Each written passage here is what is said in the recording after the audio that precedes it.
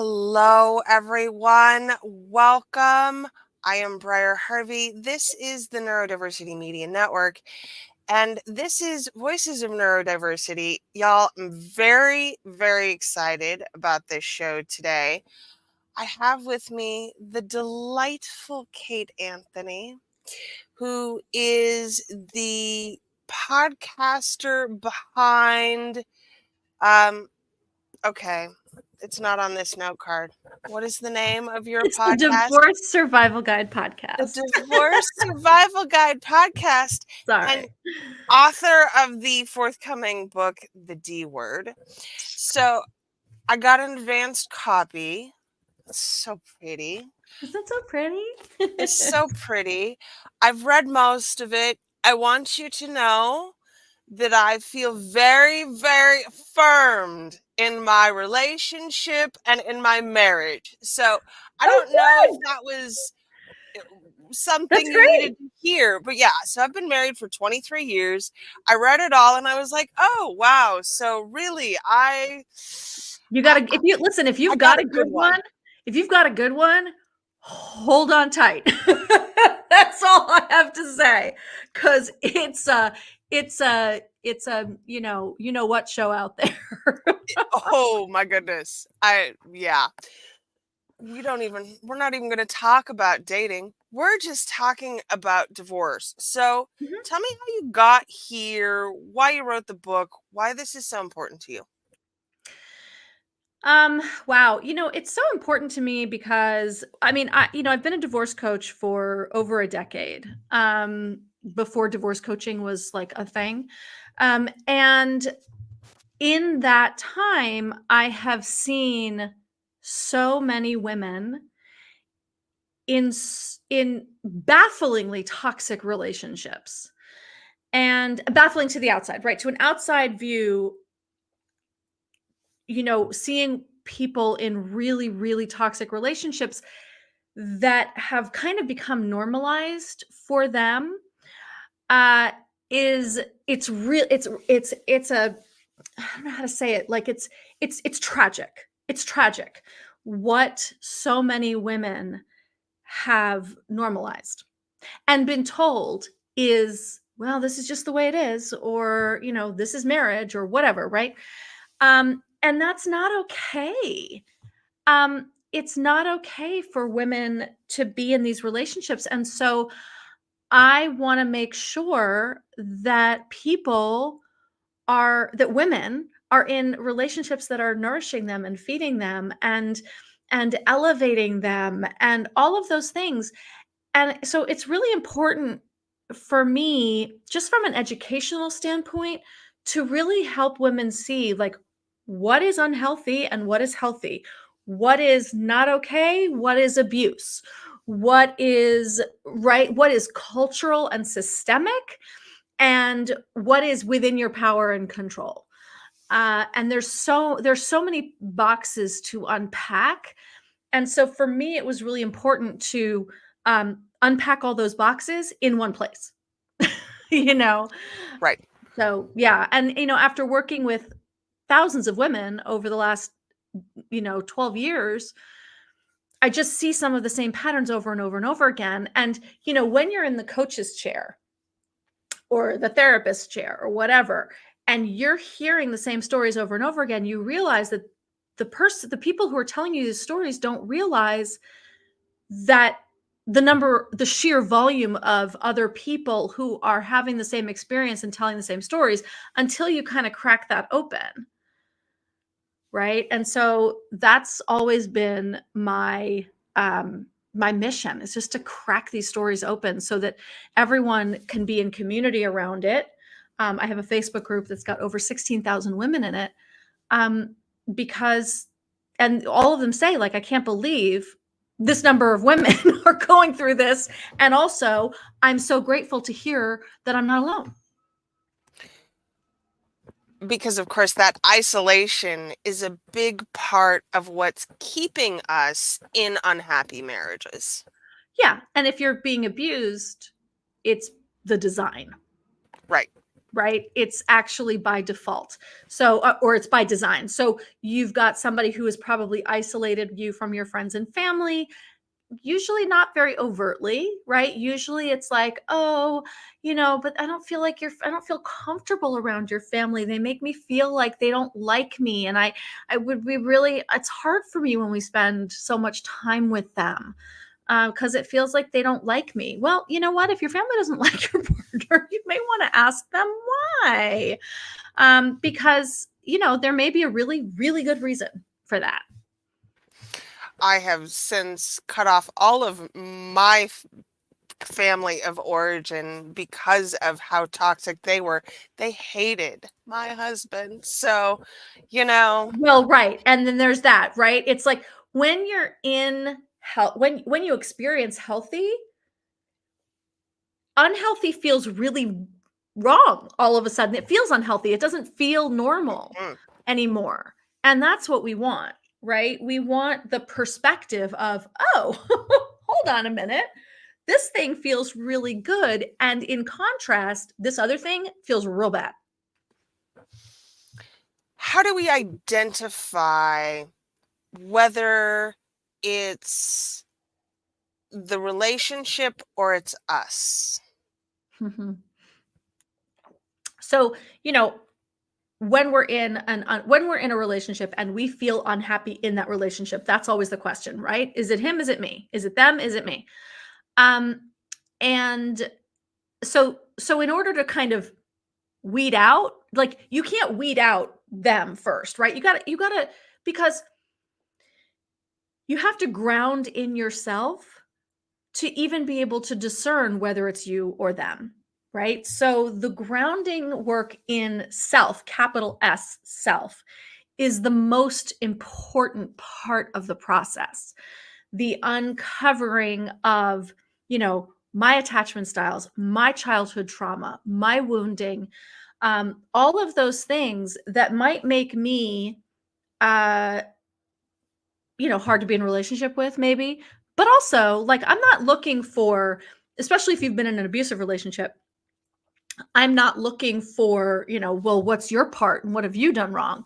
I'm looking for you to get grounded in your sense of self so that this thing no longer meshes, it no longer fits with your sense of self and your self esteem and your confidence, right?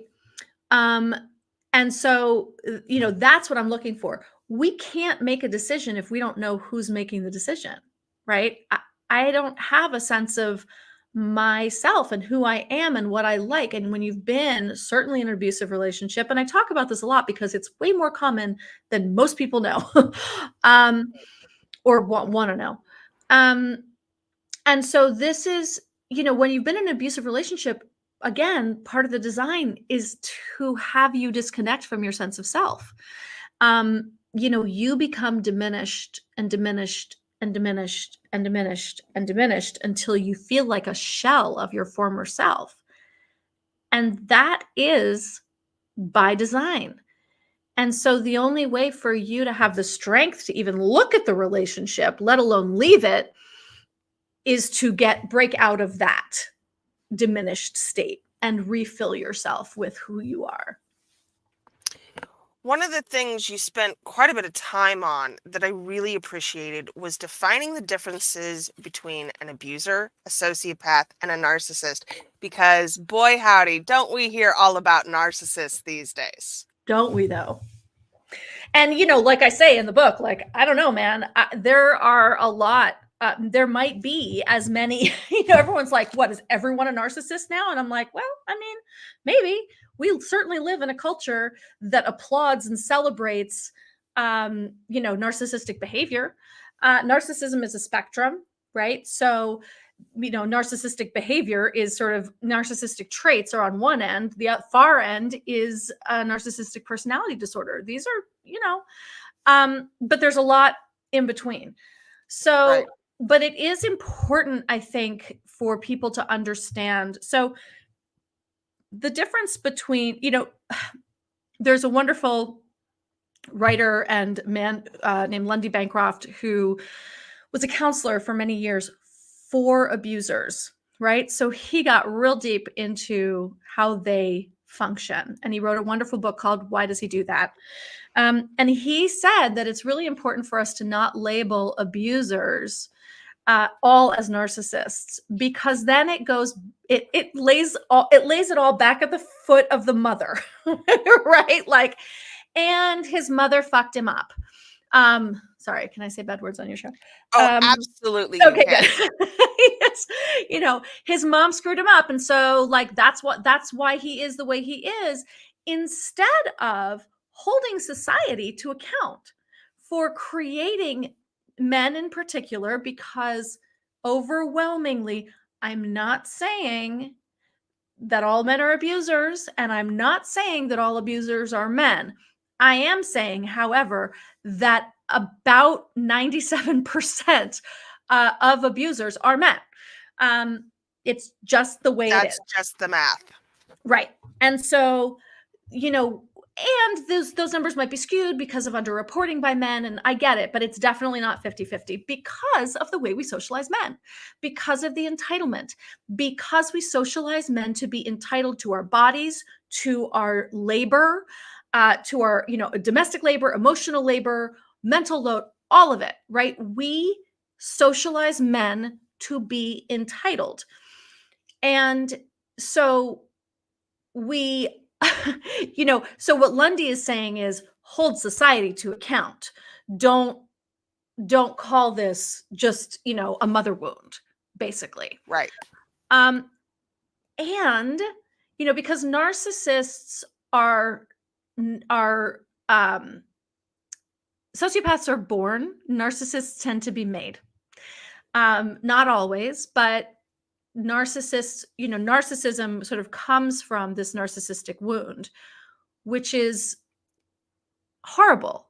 It's horrible, right? It's awful, because most narcissists are victims of abuse. But this is kind of why abusers abuse, right? Like the fracture that occurs in their psyche is not healable. And this is one of the most devastating things to recognize, right? And even for narcissists sometimes, right? That like even the ones who have had a narcissistic collapse and are now faced with all of their shame that they've been projecting outwards, they actually can't heal the way they desperately want to. That doesn't mean we should prioritize their wounding over our own. And that's one of the biggest mistakes I see women make, is that we see their wounding, and we are so compassionate, and we want to help them, and we want to fix it, and we want to get in there. Fix it. Yeah, we want to heal them, really, because we love them. So of course we want to heal them. But it doesn't work, and it can't work. Right. It definitely can't work. Why? Well, you can't fix a wound that you didn't create. Number one, right? It's not yours to fix. It's just not, it's a hole in them. And if anyone's ever been in a relationship with a narcissist, they know what this is, right? This is this never ending, it's a bottomless pit. You can't love them enough. You can't do enough. You're never doing quite the right thing. The goalpost is constantly moving, and they're always telling you that if you would just do the thing, then they would be fine. And then you keep trying to do the thing, but then the thing changes, and then it's not the right thing, and it's a different thing, and you're like desperately trying to bend yourself into pretzels. And this is why we lose our sense of self, right? We're desperately bending ourselves into pretzels to be what we want them to be, what they want us to be. And then we lose our sense of self, and they're like, gosh, you're really like, I don't even know who you are anymore. You're so inauthentic. It's and you're like, what? Right. Mm-hmm. It's the Madonna whore complex that absolutely plays out. We're watching that live right now with Kanye West. Oh, what's he doing now? I can't. I don't even. I'm not watching it. What is he doing now? Don't watch it. his girlfriend is being paraded out and about in public in very compromising. This woman does not look happy. I can't remember her name. Oh dear. She is half naked most of the time. The last one I saw from over the weekend, her outfit was literally lingerie and a cat.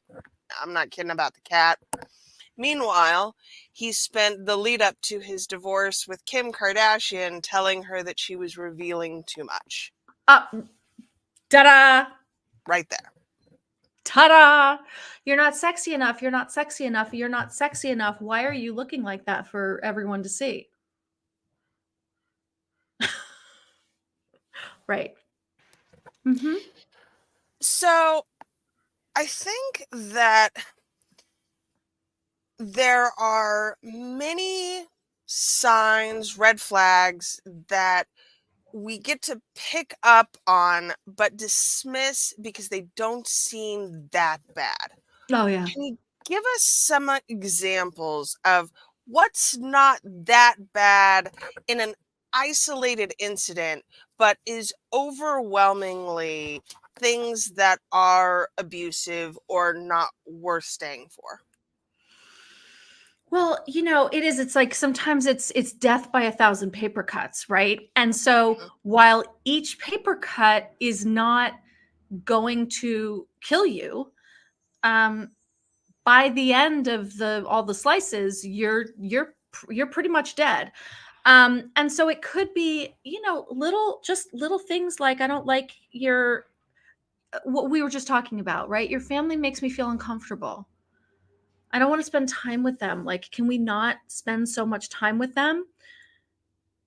Without it meaning like you can go spend time with them, right? But it's the slow, moving you away from Mhm. them, right? It's not saying, "Hey, I don't feel like going to your parents tonight because they're kind of, not very nice to me." It's we can't go to your parents tonight because they're not nice to me.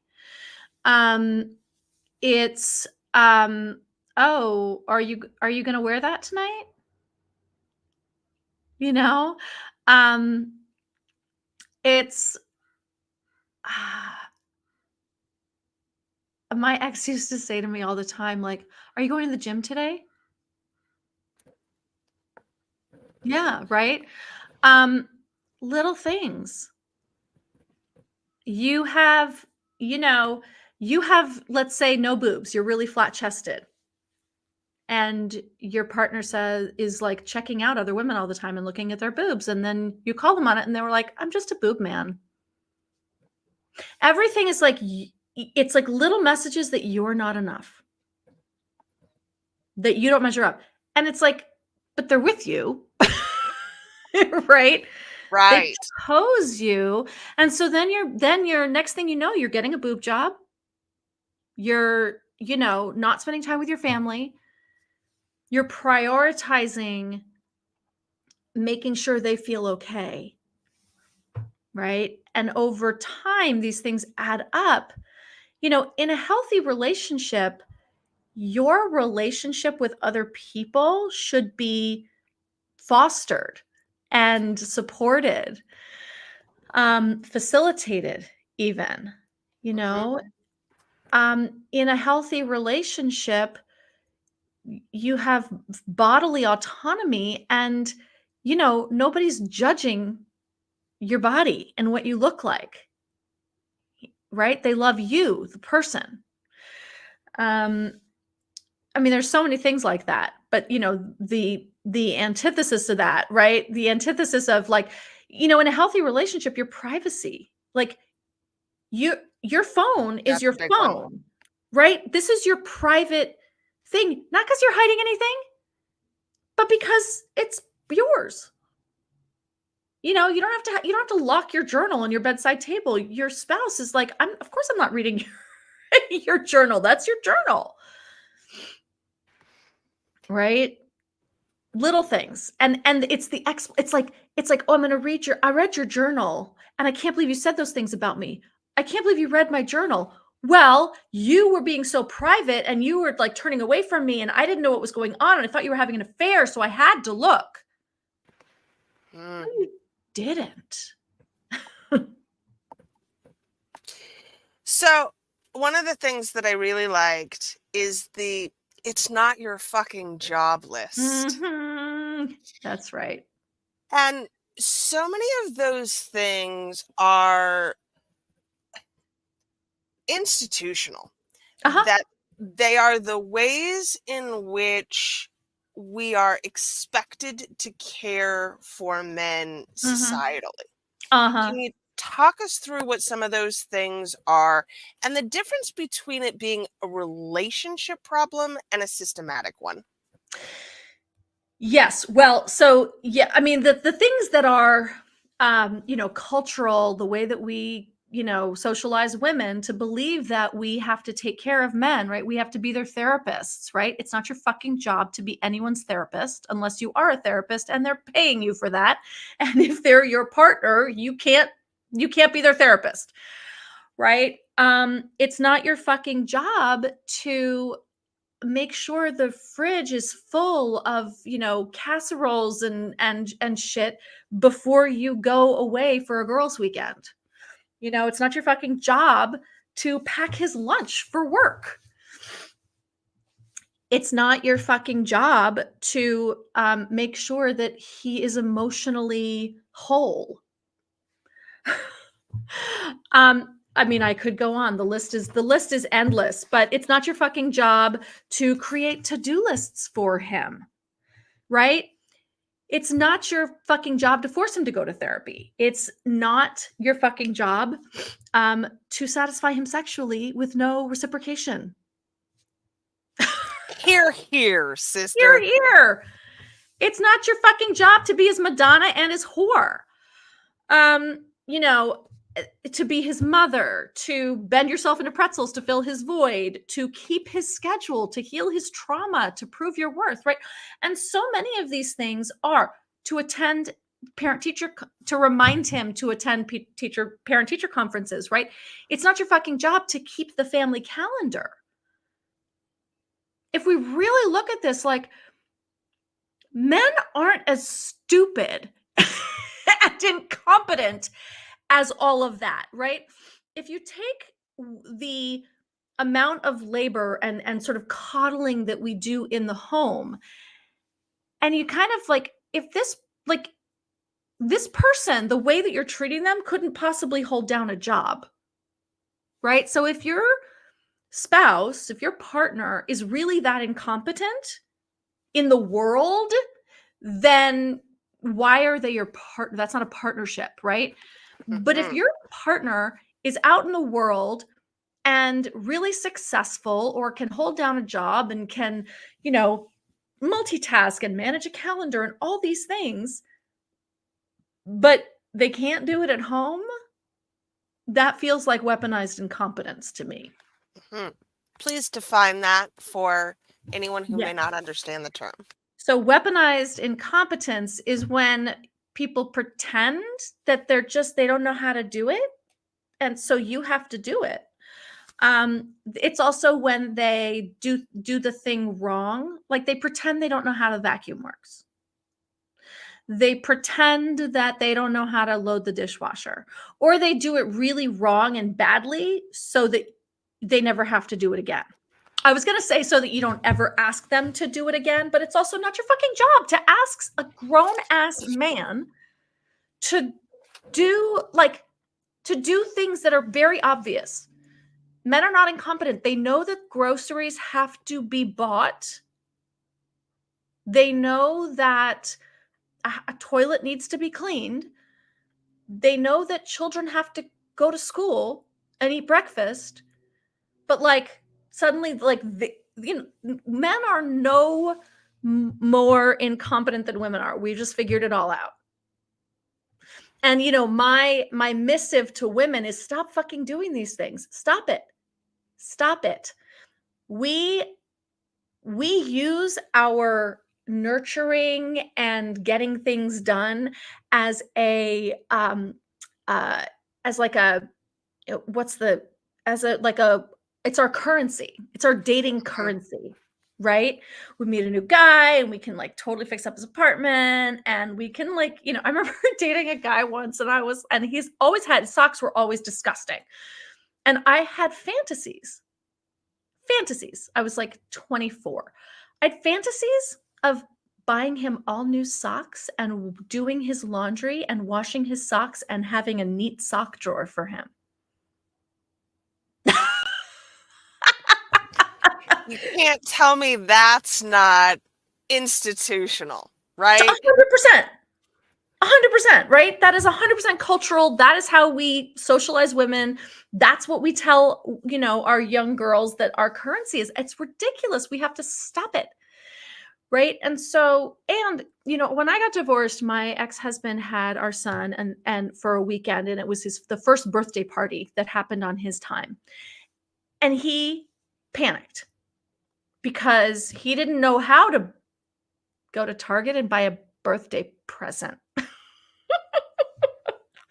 And instead of being like, don't worry, babe, I got this, I'll take care of it and I'll drop it off, like, right, wrapped and everything. No, I said, you are an intelligent man, and I am sure you'll figure this out.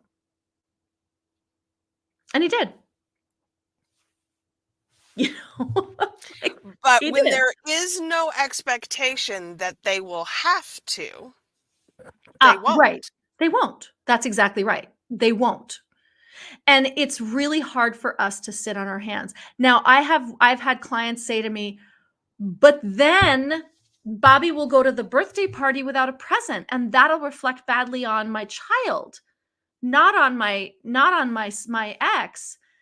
And I say, like, really? Do you think that, like, first of all, okay. And so then what? So, Joey gets mad at Bobby for not bringing a present to the birthday party. And then Bobby says, Daddy, why didn't you get a present? And then Daddy has to sit with the fact that his son has actually been, he has the consequence, right? Now, if he's a sociopath, he doesn't give a shit. If he's a narcissist, he does, because he wants to look good. And so, that's the thing, right? Is like, they don't want to look bad. So, now if they're just like, none of the above, if they're just like a normal person, then like, yeah, they'll figure it out. Like they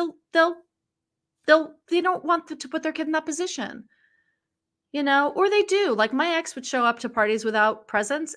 You know who noticed? Literally no one.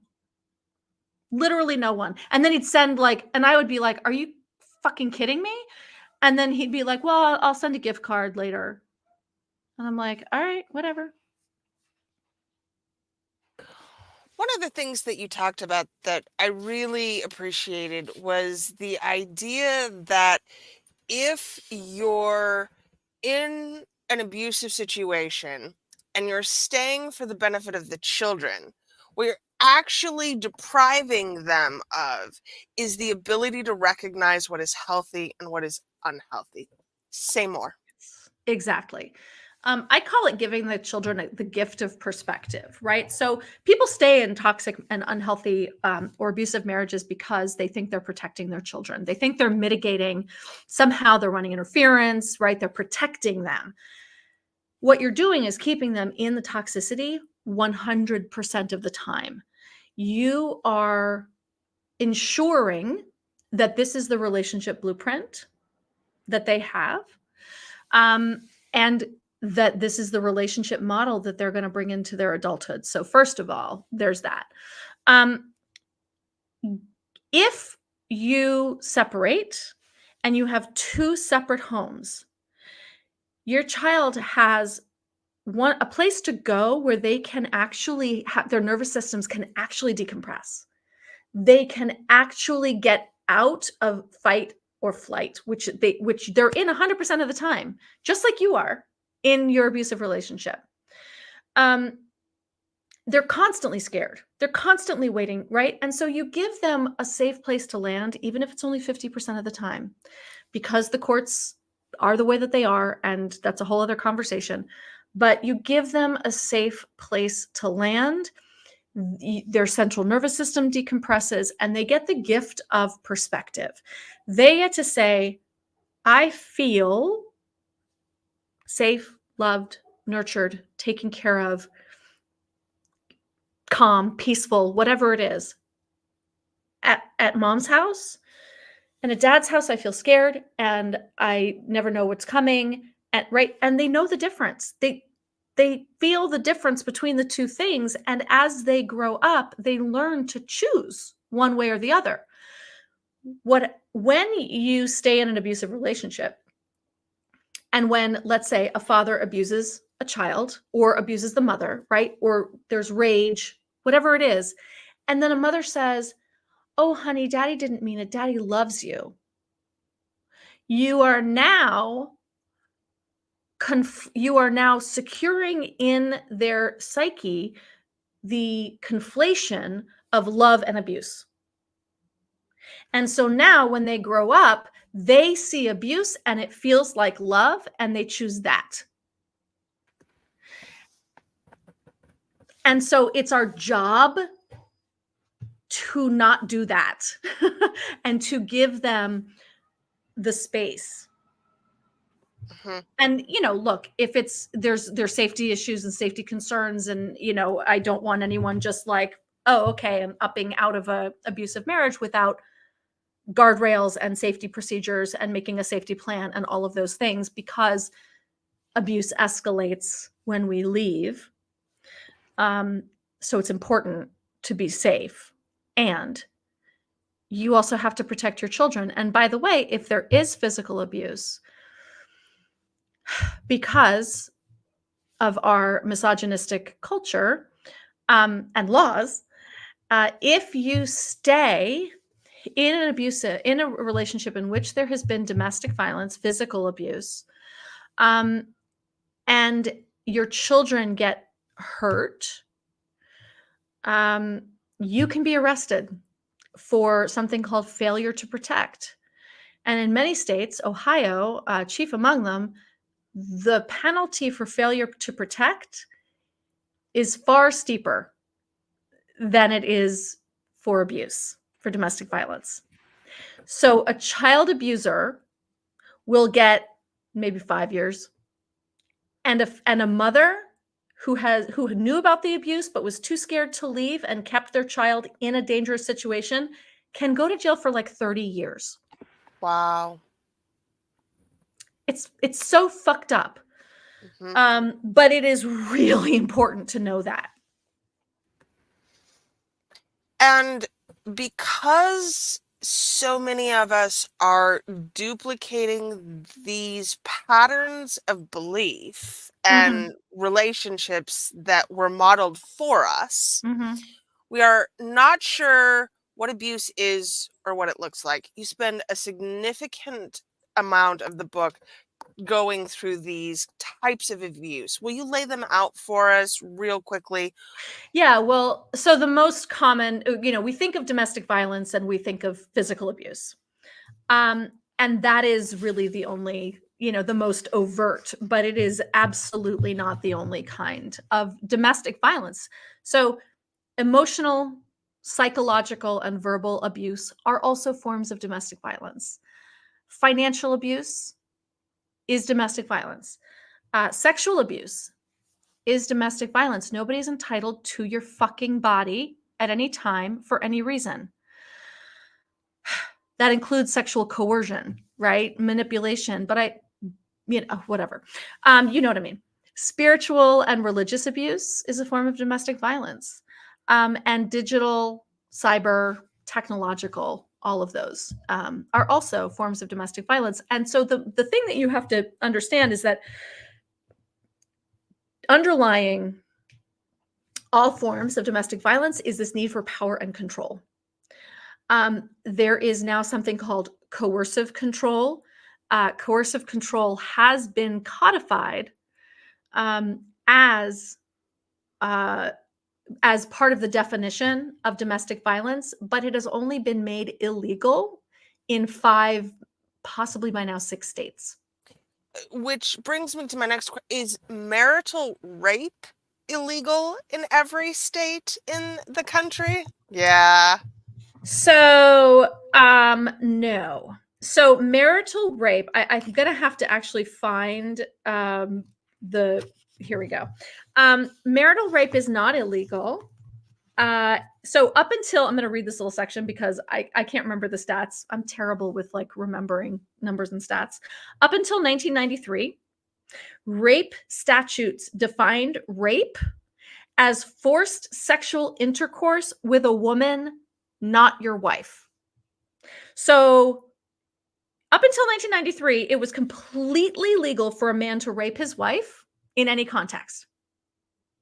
Like physically assault his wife. If you're his wife, it's not illegal.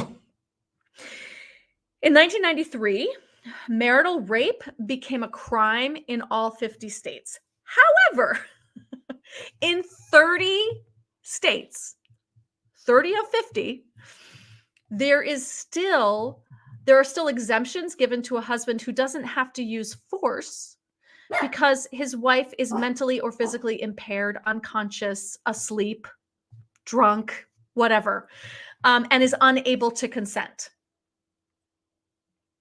So in 30 states, if he doesn't have to use force, it's perfectly legal for a man to rape his wife.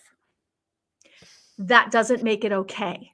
No, and they get around this by implied consent because you've married him, so you've implied consent sexually at all times. Right, because marriage is still seen as I own you, right? Mm-hmm. Especially to an abuser, right? Because power and control, you are property, right? And if you disobey me, then you get punished. On average, the number is what, 7 times that a battered partner will have to leave before they can leave permanently? Yeah. Talk us through some things that we can do to make it not 7 times. Yeah? How about we leave once? Yeah, I mean, it's really hard because one of the top reasons that women or victims go back is because of financial abuse. Financial abuse occurs in 90% of domestic violence cases, and that includes, again, even emotional abuse, right? Even. Emotional abuse is often considered worse than from people who have been physically assaulted. They say, listen, these scars, the physical scars heal. It's the emotional scars. It's the psychological torture. It's the gaslighting. That takes far longer to heal from. So the financial piece is the biggest reason that people go back. So we have to have financial agency. We have got to have access to all of the money. All of the money in the marriage is considered their marital funds, right? Like if he makes money and even if you're a stay-at-home mom, it's not his money. It's your money. And it's really important that you have access. And if you don't have access, then you want to set up your own account in your own name and start squirreling money away as much as you can, as safely as you can. And that also could just be, in a sock in the back of your drawer. It doesn't matter. You need to have access to money because when you finally get the strength and the courage and the support you need to leave, you don't want to have to go back because you're not getting any of the money. And one of the tools that abusers like to use is like, you'll never get money. I'm going to take you for all you've got and you'll never see your children. And victims believe that. They're terrified by that. They really actually think that that's the truth. So the first thing I want you to do is go and have a consultation with an attorney or call a domestic violence victims, a shelter, and speak with an advocate in your area. Shelters are not just for shelter. There's legal aid, there's advocates you can talk to. Find out what the truth is. Find out the laws in your state. What you want to be able to do is say to your abuser, sorry, that's just not how it works. And in take out the fact, shelter. women who go through shelters have a much lower return rate Yeah. because they have access to the resources, not Mhm. just the shelter. That's right. Exactly. They have, they have job placement programs. There's so much, you stay in the shelter until you get a job and you get back on your feet, if that's the route that you go. But it is the advocacy. It's, the advocates will go with you to court when you have to face your abuser for your restraining order. That's the scariest thing. That's part of the reason that women drop restraining orders all the time, is that they don't want to have to go to court and face their abuser. They're fucking terrified. And again, the theme here is don't do this alone. Yes, do not do this alone. Absolutely not. Absolutely not. Unfortunately, domestic violence shelters right now are overrun. You may call one and they may not have the resources. They're overrun and underfunded. Go figure. So they may not have the resources. This one may not have the resources. Call around, keep calling. There are probably more in your area or in your state. You may have to talk to one that's maybe in the next state over, and just get as much information as you can. If they are not responsive, then call a different one. And the national hotline is a great place to start, because they'll be able to connect you. Their website is thehotline.org. I don't have their phone number memorized, but I will pull it up right now.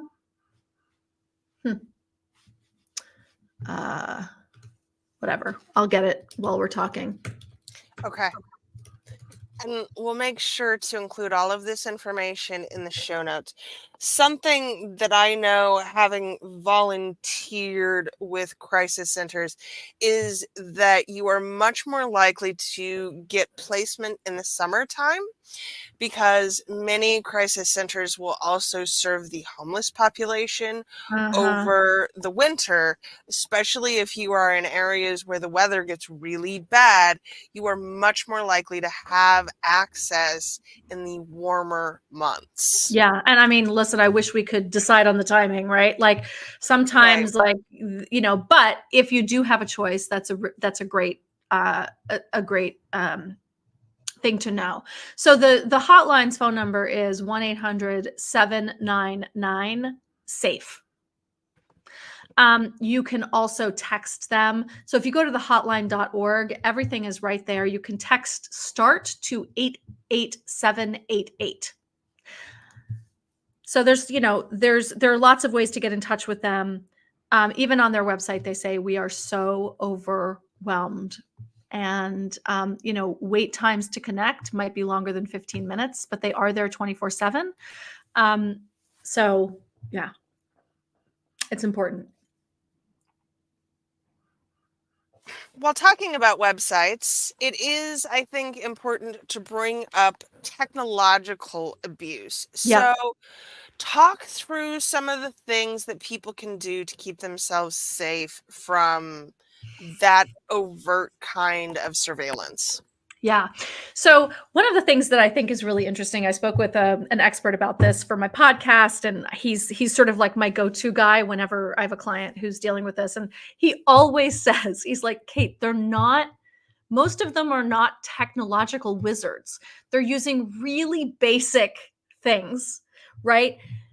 They're hacking into your Facebook because they know all of your passwords, or because you didn't sign out on all your devices. Sometimes they're listening through your Alexa. the first thing you need to do is turn off all of it. All of the Alexas, like Google Home, all of it. Not safe. Change your passwords on everything. The number of women who think that someone in my Facebook group, this happens all the time. They're like, someone in your Facebook group screenshot all of my stuff and sent it to my husband. And we freak out and we're like, you guys, this has to stay a safe place, blah, blah, blah. And then they're like, oh, wait, I think he actually hacked my account. Right? It's never another woman. I mean, usually it's not another woman in the Facebook group. It's usually that they have your password for your Facebook account because it's the same passwords you use for everything when you were married, or, all of your shared stuff. Immediately get your own iCloud account, get your own Amazon account. All of these, the cloud is a wonderful thing until it's not. And Right. get everything off the cloud, all of it. Get yourself disconnected. Go get a new phone. Get a brand new phone, brand new Apple ID, or whatever the equivalent is for analog. And these are things that are just, they're really not, again, not rocket science. Usually they're not rocket scientists. I do have a couple of clients that I've worked with whose exes or husbands were actually technological geniuses. Like, that was their job. Cyber surveillance was actually their job. And for those people, but still, a lot of the fixes are still quite simple. Make sure you log out of your social media accounts after every use. Just shut it down. Set up 2-factor authentication on all accounts. Run a factory reset on your phone. Go through all of your apps. Every single one of your apps. If you're one of those people who has a ton of apps on your phone, go through every single one of them and make sure you use it and you know what it is, because spyware is just an app often. Check and see if there are any parental controls set on your phone that might allow tracking. So, like, if you shared your location or had, Life 360 in your family, right? You may have forgotten about it. And that's that's going to put you in danger. Yeah, I mean, the AirTag thing is a really big one. Make sure that this in your settings on your phone, you can have this on Android and iPhone, iOS, that you can set it up so that it alerts you when an AirTag is following you. You want that turned on. And then if you feel like there's a tracking device in your car, bring it to your mechanic and tell your mechanic, say, listen, I think there's a tracking device on my car. Can you try and find it? Can you help me find it? And, one of the ways that misogyny works for us is when a man feels like another man is trying to hurt a woman, right? They will scour your car. They will fucking scour your car. So, anyway, so those are some ways to protect yourself. Open a new email account. Use an encrypted software like Proton Mail. I've had clients who have Teslas, and this is a really big deal, right? Because she got to keep the car, but it was in his name, And all of and the so information is still there. the app, he can track the car, he can turn it on and off, right? And so she went in and was like, I need you to take him off the account. And they're like, we can't. It was created by him, right? So it's dangerous. These are dangerous things.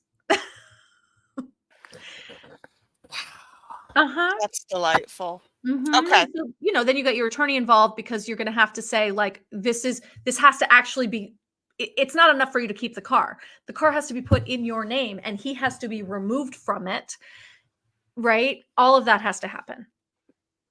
Or get a new car.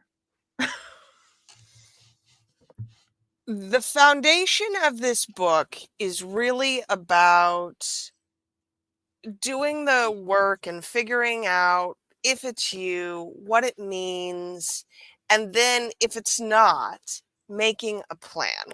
Yeah. So you spend a lot of time developing that exit strategy, right? Yeah. Mhm. Yeah. Yeah. So, again, I mentioned this before. One of the important things to do is to have a consultation with an attorney in your area. Do not take advice from, first of all, anyone who has not been divorced in your area. A lot of people have a lot of opinions on divorce who have never gotten divorced and don't know anything about it. So please don't take advice from anyone other than a divorce professional. And if it's legal, um, divorce law, family law varies state to state, even county to Right. county. So don't take someone else's word for it. So have a consultation with an attorney in your area so you know what you're up against and what your rights are, and what the sort of safest thing for you to do is. If you are in any danger, a safety plan is absolutely vital. I outline my entire safety plan in the book. And I've got so many free resources in this book. But you know, one of the important things is the money that we talked about before. To make sure you have your own money somewhere, somehow. Um, I mean, there's lots of other steps, right? There's lots of other things. I don't know if you want me to go through all of it, but you want to have at least a list of all the accounts. And you can look, if your name is on them, then you should have access to them, and you can go to the bank and say, "Hey, I don't have an online PIN for this account. Can you help me set one up?" If your name is not on the account, right? If you think that there are other accounts but your name isn't on them, it's not legal to open someone else's mail, but you can photograph if you get like all these statements in your husband's name from Chase, and you didn't know you had a Chase account, then you write down there's something at Chase, right? And then when they do disclosures, which they will have to do if there's nothing from Chase, you know that they're hiding something. So anyway, there's a lot to be done, but the most important thing is to have a consultation with an attorney in your area, because you don't want to take the advice of someone who doesn't know what the hell they're talking about, or the person who's trying to get you to stay. Right. Right? Yeah. Okay. What final thoughts would you Mhm. leave people with here? I think the most important thing that I want women to know is that they have choice. They have a lot more choices than they think, and or that we've been led to believe. Um, and that we wait for boys to ask us to dance at the school dance. We wait for boys to ask us on dates. We wait for men to ask us to marry them. And so the idea that we have a choice to leave a marriage that doesn't feel good to us can be really like shocking. And also, I also want women to know that we deserve to be happy. We deserve, Say it. right? We I always use Mary Oliver's quote, right? What will you do with this one wild and precious life? This is it. This is it, folks. And it's like, it's a trope. Like, there's no dress rehearsals, blah, blah, blah. But like, when that lands, and when you realize you've been living your entire life for other people, as we're trained as mothers to do, right? And as women, you know, like when you realize that that's how you've been living your life, and that, like, look, I'm 53 almost. Almost 53. And I don't have a whole lot, like, most of my time on this earth is behind me. And when that kind of sinks in, it kind of gives you a little bit of a kick in your ass. And so I want women to think about that. I want women to think about, like, whose life are you living?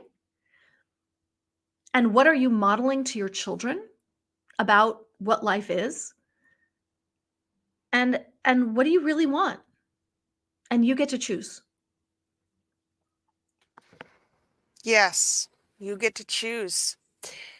The D Word is available December 26th. I'm very excited about this. Kate, where can people find you? Everything that I do or have is on my website, which is kateanthony.com. I am on Instagram at The Divorce Survival Guide. And my podcast is the Divorce Survival Guide podcast. And the D Word is available for pre-order now.